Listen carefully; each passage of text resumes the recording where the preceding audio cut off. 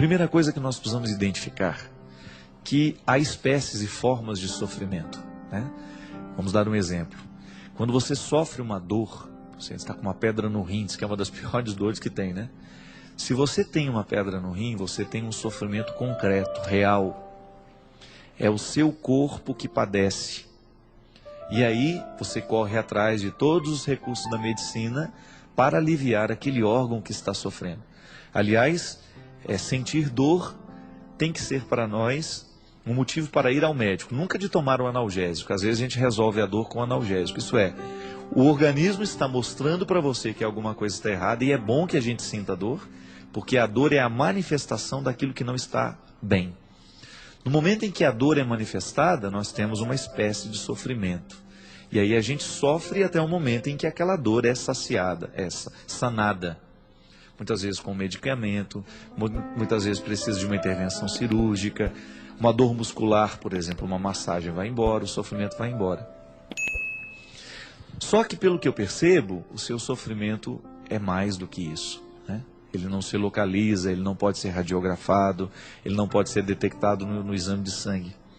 O que muitas vezes, e aí vem a outra espécie de sofrimento, que é o sofrimento muitas vezes psicológico, o sofrimento espiritual. O que é que alimenta o sofrimento psicológico? O pensamento. A gênese do sofrimento psicológico é aquilo que a gente pensa. Pode observar. Quantas vezes você ficou sofrendo por aquilo que você estava pensando? O pensamento é a fonte de toda dor. Psicológica é. E muitas vezes você tem o pensamento atingindo o seu corpo por causa da força que ele tem. Se você tem ansiedade, você vai fazer um discurso e você está pensando no medo que aquele discurso lhe traz. E você permite que aquele medo lhe domine. Isso é, você alimentou o pensamento. Eu estou com medo. Você está alimentando o medo através do seu pensamento. Você começa a ter dor de barriga. Não é assim? Você começa a ter dor nas pernas, você começa a ter dor nas costas, porque você vai ficando tenso, você joga toda a sua atenção no pescoço. Enfim, o pensamento atingiu o seu corpo.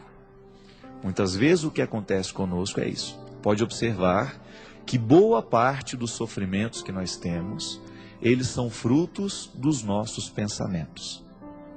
Descubra se aquilo que você está alimentando hoje, no seu pensamento, se isso te alegra ou se isso lhe traz preocupação, se isso lhe infelicita. E você vai saber se você vai sofrer mais tarde ou não. Porque aquilo que nós escolhemos pensar hoje é tão determinante sobre nós, é tão determinante, que a gente acaba se transformando naquilo que a gente pensa. É isso aqui que comanda, minha gente.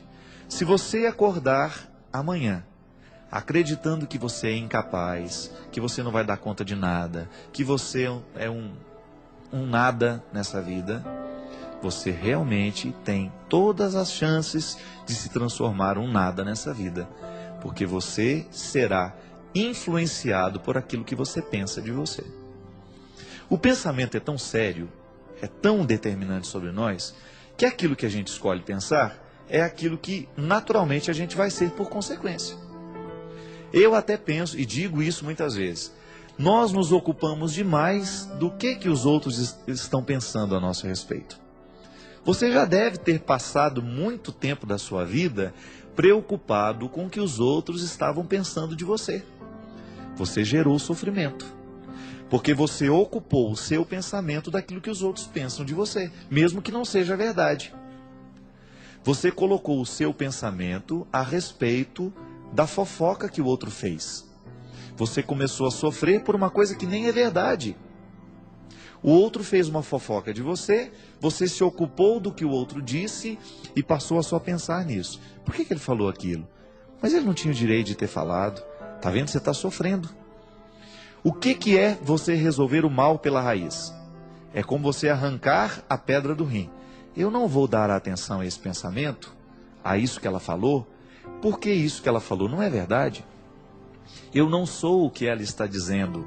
Então você elimina o poder daquele comentário sobre você. Você purifica o seu pensamento. Naturalmente você deixa de sofrer por aquilo que estava te fazendo sofrer. Você ocupa a sua mente de uma coisa boa. Você vai se recordar daquilo que você sabe de bom a seu respeito.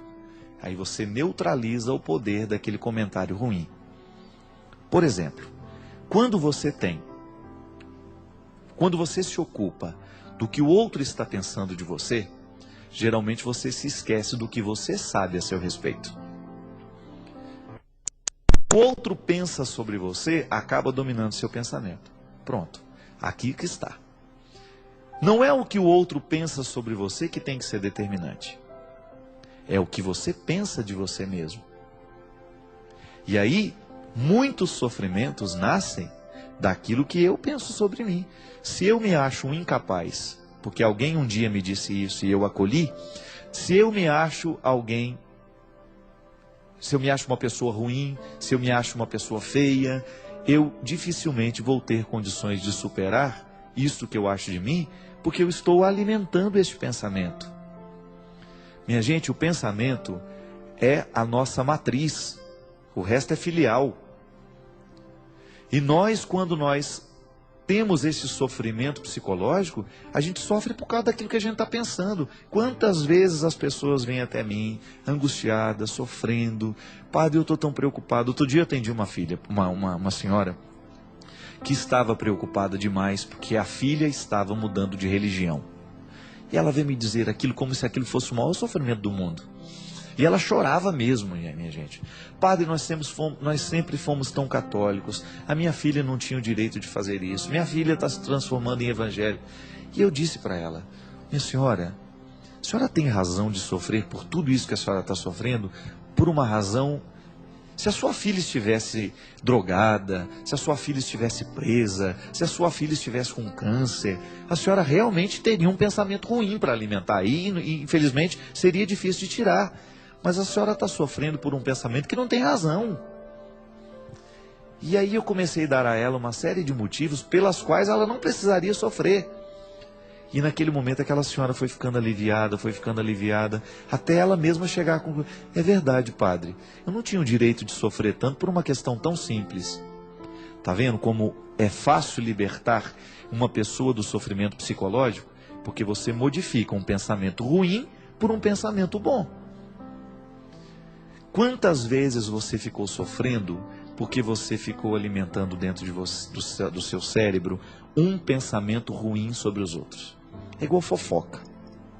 Essa semana até eu me diverti muito, né, vendo o Eto e a Luzia no programa Sorrindo para a Vida dessa semana, que eles estavam falando justamente dos fofoqueiros de plantão. Eu não sei o que foi carta anônima que chegou aqui, e o Eto estava assim, dizendo, né, com tanta simplicidade. O Eto é muito simples, e ele fala diretamente aquilo que a gente precisa ouvir, né? Eu gosto muito de ouvi-lo. E ele estava dizendo, se tem uma coisa que me irrita numa pessoa, é esse negócio, falaram, comentaram. Esse sujeito já é indeterminado, não é? Eu estou errado, na língua portuguesa não é isso? Falaram, disseram, sujeito indeterminado. Você não tem nem como prestar atenção nisso. Tem gente que tem o dom de ficar fazendo pensamentos ruins e ir para a cabeça dos outros. Pelo amor de Deus, vai arrumar o que você fazer. Se você não tem muita coisa para dizer a meu respeito, fica calado, é melhor. Você tem todo o direito de não gostar de mim, você tem todo o direito de não gostar do outro, mas você não tem o direito de inventar histórias dele. Você não tem o direito de transformar o outro naquilo que você imaginou dele. Eu sempre digo, minha gente, que nós que somos públicos, a gente sofre por duas razões. Ou as pessoas imaginam que nós somos melhores do que nós somos, ou elas imaginam que a gente é pior do que a gente já é. Dos dois jeitos é ruim. É ruim ser imaginado muito bom, mas é também ruim ser imaginado muito ruim. Eu não sou tão ruim assim como alguns falam. E também não sou tão bom assim como alguns falam. Eu quero apenas o direito de ser o que eu sou, de ter os meus limites e de lutar contra eles.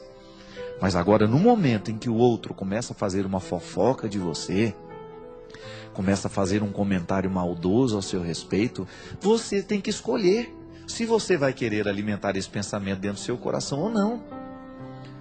E o sofrimento psicológico, minha filha, talvez você esteja neste aspecto, sofrendo aí. Começa a prestar atenção nos pensamentos que você leva para a cama, antes de dormir. Sobre o que você fica pensando? Tem gente que vai para a cama e fica pensando, meu Deus, aquela prestação, será que eu vou ter dinheiro para pagar? Você vai trabalhar agora? Não vai. Então dorme, pra você trabalhar direito amanhã. O dinheiro vai vir se você dormir na hora certa, se você tiver com saúde para trabalhar. Agora, se você ficar trazendo para sua cabeça o pensamento errado, aí dificilmente você vai ter saúde para depois. Tem o ciumento. O ciumento é aquele que sofre com o pensamento que tem. Será que ele está falando a verdade para mim mesmo? Será que ele foi lá onde ele falou que foi? Quem escolhe ter ciúme, escolhe viver um inferno. Porque fica fazendo a opção de ter pensamentos de desconfiança o tempo todo na cabeça. Pelo amor de Deus, você não vai levar para sua cama. Sua cama tem que ser um lugar sagrado. Sua cabeça tem que ser um lugar sagrado. Se você percebeu que aquele pensamento não está te fazendo bem, manda embora. Não leve com você pensamentos que vão te destruir. Peça a Deus para te livrar de tudo isso. Como é que a oração tem o poder de atingir o nosso pensamento? Quando você começa a substituir os pensamentos ruins pelos pensamentos bons. Gente, isso é igual educação de criança. Por isso que eu sempre digo, olha, desde pequeno eduque o seu filho para o esporte, eduque o seu filho para as artes, mande seu filho aprender um instrumento musical, mesmo que ele não tenha muito jeito, desenvolva nele essa sensibilidade musical, faça ele descobrir um esporte que ele gosta. Por quê? Mente sã, corpo são. Você vai começar a ocupar a cabeça do seu filho com pensamentos bons. O esporte traz um monte de pensamentos bons. A música, a literatura, o teatro, a poesia, trazem uma série de bons pensamentos para nós. E aí, os pensamentos ruins não vão ter espaço dentro de nós. Você vai fazendo aquela experiência de sofrer menos à medida em que você pensa com mais inteligência.